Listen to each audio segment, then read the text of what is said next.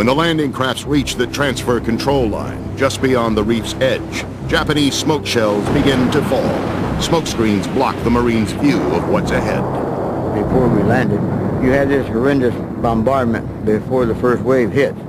Now, once you start ashore and you start landing, most of that kind of stuff ceases. After all the shelling and bombs stopped, when the Japanese came out, set up their mortar shells and their artillery pieces, they already had the beaches zeroed in, and so they just started unloading.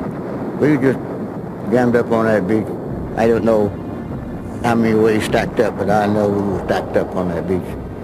That's why when they zeroed in on those amphibious tractors that were carrying us in, we jumped out before we got to the beach, one at a time, you know, as opposed to in a group.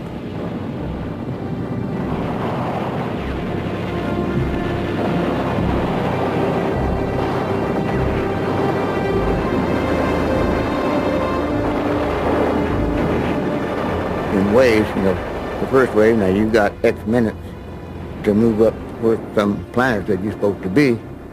So when the next wave comes in, that first wave is gone. And then it just goes back. So when wave 5 comes in, the first 4 are gone.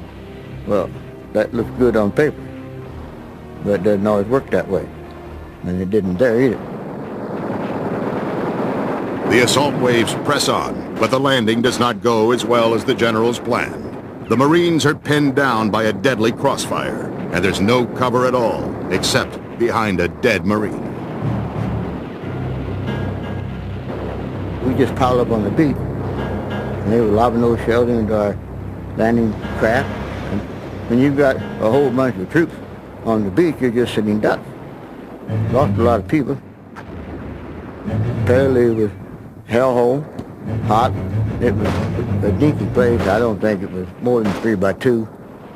They had the high ground, and so there was no point in them charging us on low ground. We had to get them.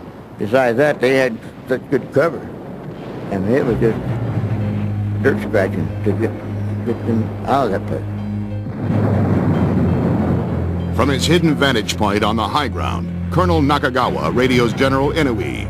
Reinforcements unnecessary. Invasion will be crushed by end of day.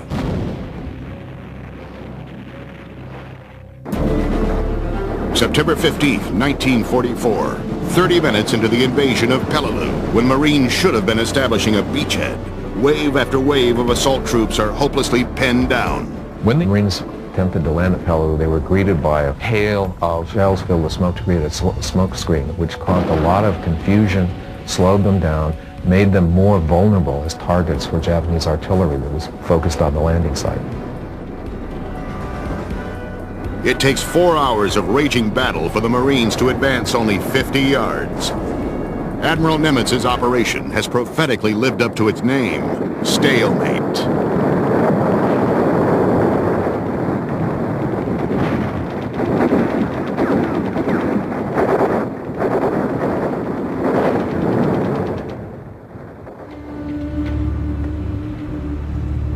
The island of Angkor is about 5 miles southwest of Peleliu. In the context of the fighting, it's important because it's flat. You can build an airfield there. After the Americans landed on Peleliu, the defenders at Angkor had to ready themselves for an American attack. And they didn't have the advantage of terrain that they had on Peleliu, so they just were entrenching themselves.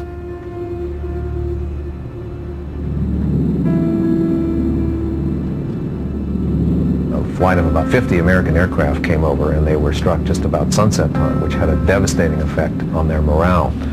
And some of them took this as an omen of things to come in the future.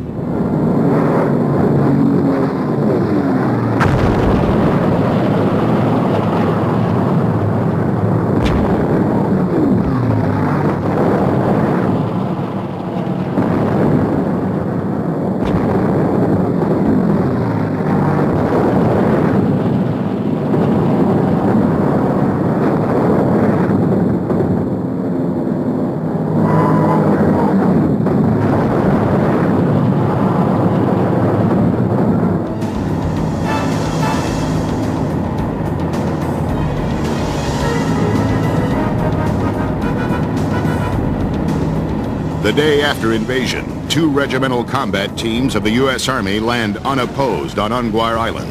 What they don't know is on the northwest end of the island, 1,600 Japanese soldiers are ready to follow orders and fight to the death, even though they are hopelessly outnumbered.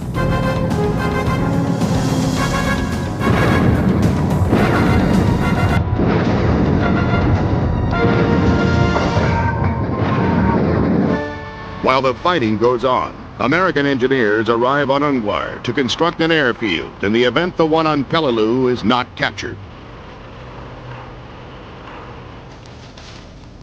On Peleliu, Colonel Nakagawa prepares to launch his counterattack to crush the invasion once and for all. Concealed behind the network of underground tunnels, Japanese forces mobilize from all over the island.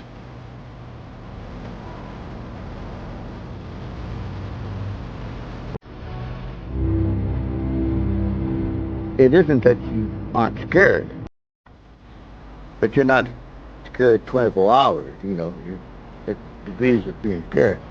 You're in a dangerous situation. And yeah, there's that possibility you're going to not make it. But I don't really think too many people dwell on it, because it's not good for the soul. It's a job, and you do it, and what happens, happens. See, what made this so bad, it was hotter in Hades. 110, 115, 120, it was just blistering hot. We had as many casualties from heat exhaustion as we did gunshot, maybe even more. We were supposed to have the airfield within an hour after we landed, but it wasn't the opposition on the ground. It was how they had it zoned in from those caves in that mountain that was down the middle. So you had to sort of get rid of some of that.